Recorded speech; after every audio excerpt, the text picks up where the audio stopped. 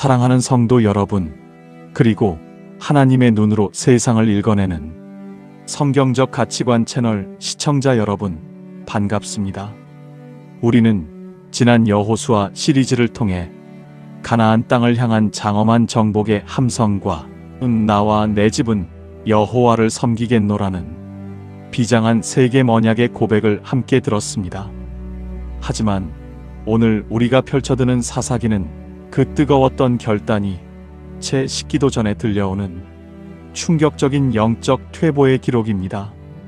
여호수아의 죽음과 함께 이스라엘은 정복의 환희를 뒤로하고 죄와 심판, 간구와 구원이라는 끝없는 굴레 속으로 빨려 들어갑니다. 오늘부터 시작되는 사사기 대장정을 통해 우리는 왜 그토록 견고해 보였던 신앙의 세대가 단 한 세대 만에 무너졌는지, 그리고 그 어둠 속에서도 일하시는 하나님의 신실하심이 무엇인지를 깊이 있게 추적해 보려 합니다. 사사기 1장은 여호수아가 죽은 후에라는 문장으로 그 서막을 엽니다. 이는 단순히 한 지도자의 부재를 알리는 것이 아니라 이스라엘 공동체가 이제는 여호수아라는 거인 뒤에 숨지 않고 각자가 하나님과 단독자로 마주해야 하는 새로운 시험의 무대에 섰음을 의미합니다. 여호수아가 사라진 자리에 남겨진 질문은 엄중했습니다. 우리 가운데 누가 먼저 올라가서 가나안 족속과 싸우리이까? 이 질문은 이스라엘이 여전히 하나님을 의지하고 있음을 보여주는 긍정적인 신호처럼 보였습니다.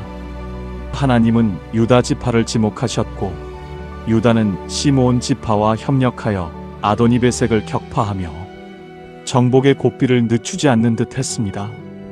그러나 사사기 1장의 후반부로 갈수록 우리는 불길한 전조를 마주하게 됩니다. 유다와 베냐민, 에브라임과 므낫세 등 각 지파의 전쟁 기록에 반복적으로 등장하는 뼈아픈 문장이 있습니다. 바로 쫓아내지 못하였으므로라는 기록입니다.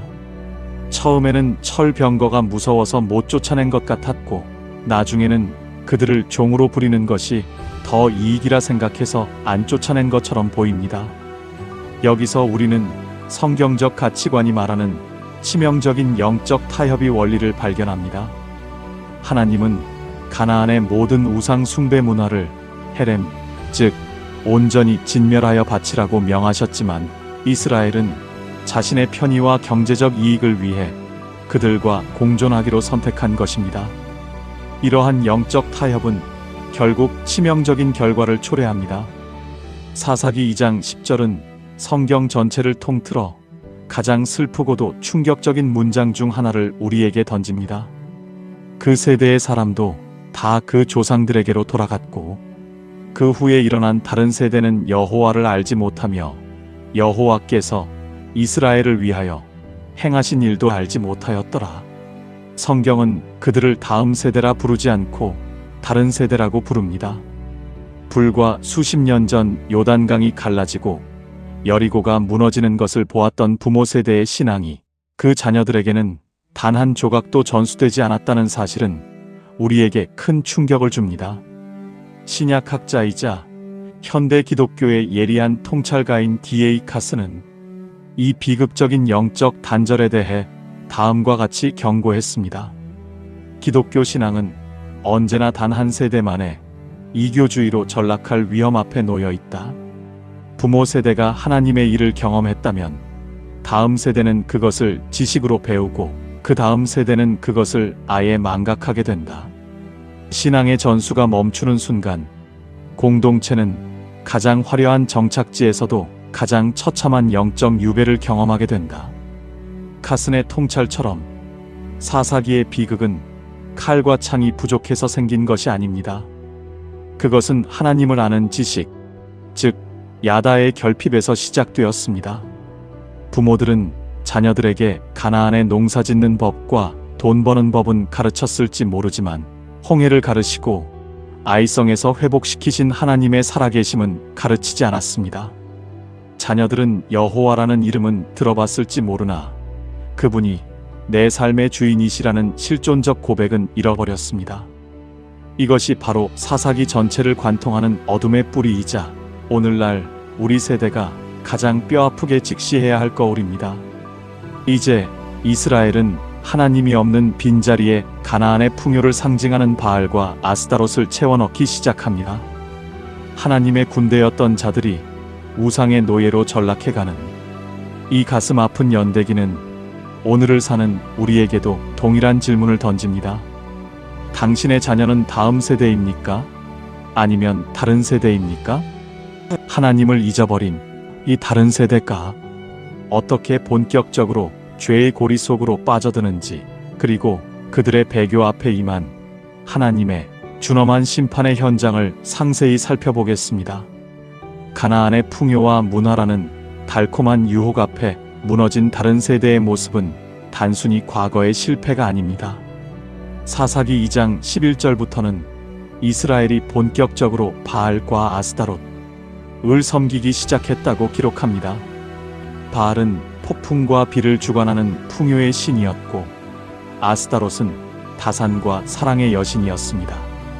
광야에서 구름 기둥과 불 기둥의 보호 아래 만나를 먹고 살았던 그들이 이제는 당장 눈에 보이는 농사의 성공과 물질적 번영을 위해 가나안의 신들에게 고개를 숙인 것입니다.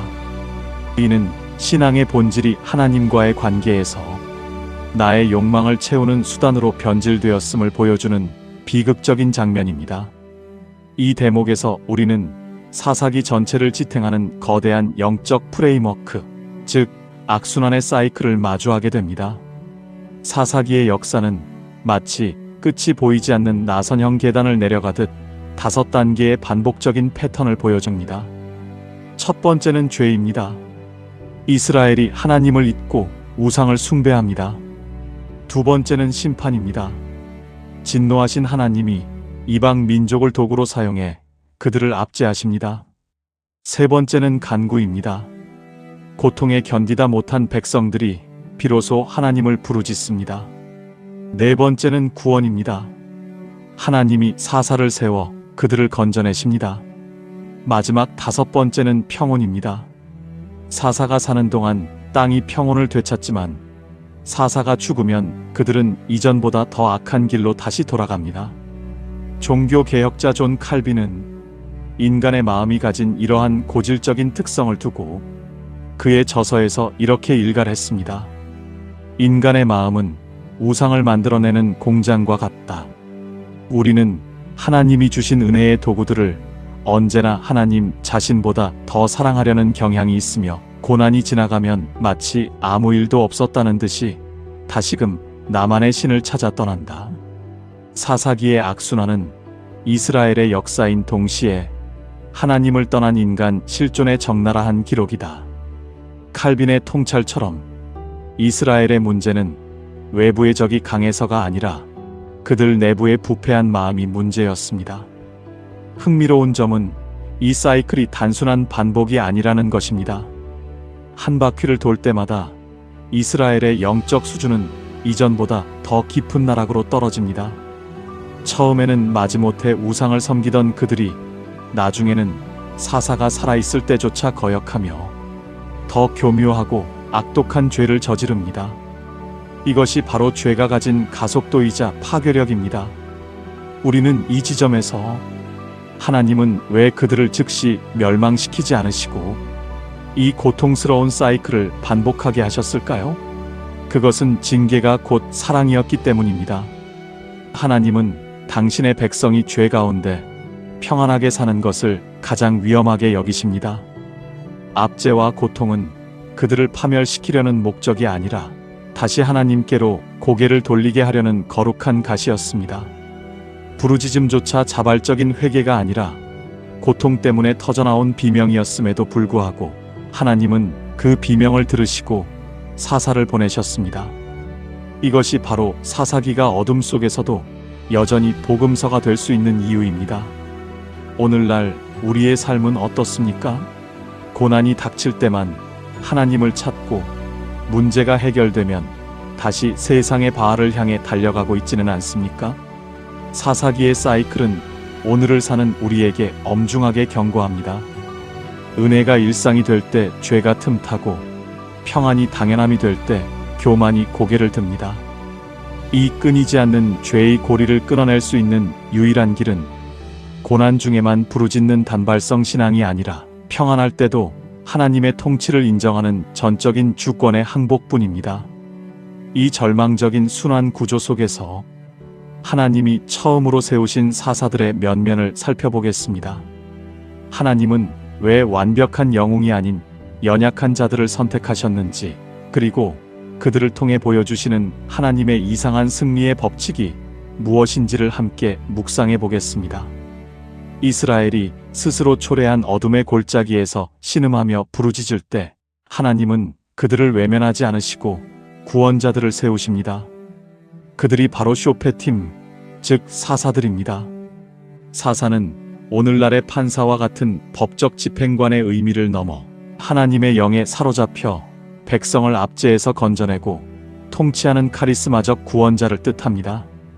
흥미로운 점은 사사기에 등장하는 사사들의 면면을 살펴볼 때 하나님이 인간의 예상과는 전혀 다른 방식으로 일하신다는 사실입니다. 하나님은 세상이 선호하는 완벽한 영웅이 아니라 인간적인 약점이나 한계를 가진 이들을 선택하여 당신의 영광을 드러내십니다.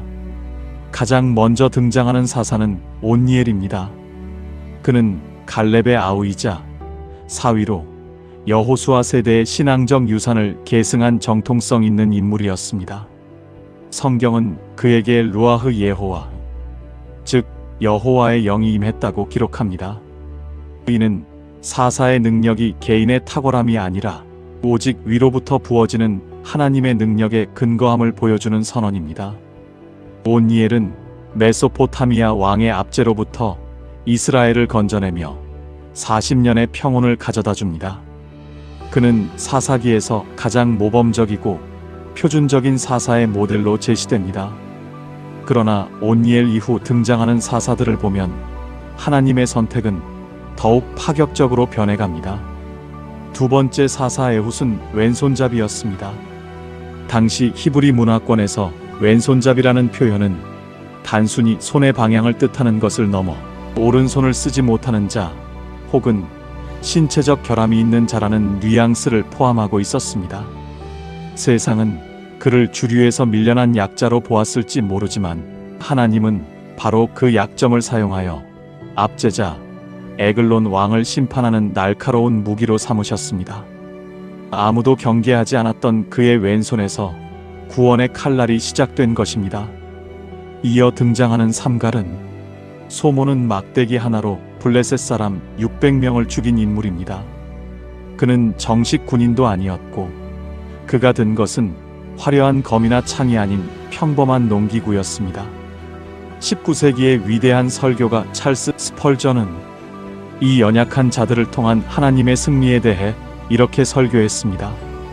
하나님은 종종 가장 보잘것없는 도구를 사용하여 가장 위대한 일을 행하신다. 그것은 승리의 공로가 도구에 있지 않고 오직 그 도구를 붙들고 계신 전능하신 하나님의 손에 있음을 온 세상이 알게 하려 하심이다.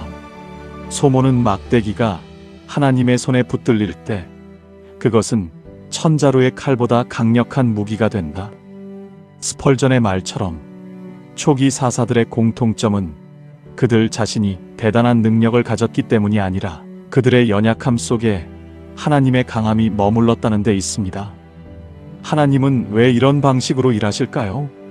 그것은 이스라엘이 승리의 원인을 자신들의 군사력이나 전략에서 찾지 못하게 하기 위함입니다.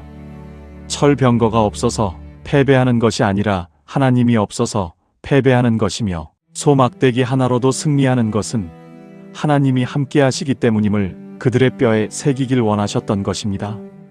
이것은 오늘날 우리에게도 매우 중요한 영적 원리를 시사합니다. 우리는 종종 내가 가진 자원이 부족해서 혹은 나에게 치명적인 약점이 있어서 하나님의 일을 할 수 없다고 변명합니다. 하지만 사사기의 하나님은 우리의 강함이 아니라 우리의 항복을 원하십니다. 나의 왼손잡이 같은 단점과 소막대기 같은 초라한 현실을 주님 앞에 정직하게 내어놓을 때 그곳이 바로 하나님의 능력이 시작되는 지점이 됩니다. 초기 사사들의 헌신적인 활약에도 불구하고 사사기 전체를 관통하는 영적 기류는 안타깝게도 하향 곡선을 그립니다. 우리는 여기서 사사기의 핵심 주제이자 이스라엘이 왜 그토록 처참하게 무너질 수밖에 없었는지를 보여주는 결정적인 단서를 발견하게 됩니다. 사사기 기자는 이 시대를 한 문장으로 정의합니다. 그때에는 이스라엘에 왕이 없었으므로 사람마다 자기 소견에 옳은 대로 행하였더라. 여기서 왕이 없었다는 말은 단순히 정치적인 군주가 부재했다는 뜻이 아닙니다. 이스라엘의 진정한 멜레크, 즉 왕이신 하나님의 통치를 거부하고 각자가 스스로 자기 인생의 왕좌에 앉았다는 영적 반역에 대한 고발입니다. 하나님을 왕의 자리에서 밀어낸 결과는 참혹했습니다. 기준이 사라진 사회는 절대적인 진리가 아닌 상대적인 편의를 따르기 시작했습니다. 내가 보기에 좋은 것, 나에게 이익이 되는 것이 곧 정의가 되는 포스트 모던적 혼란이 이미 수천 년 전 사사기 시대에 몰아닥친 것입니다.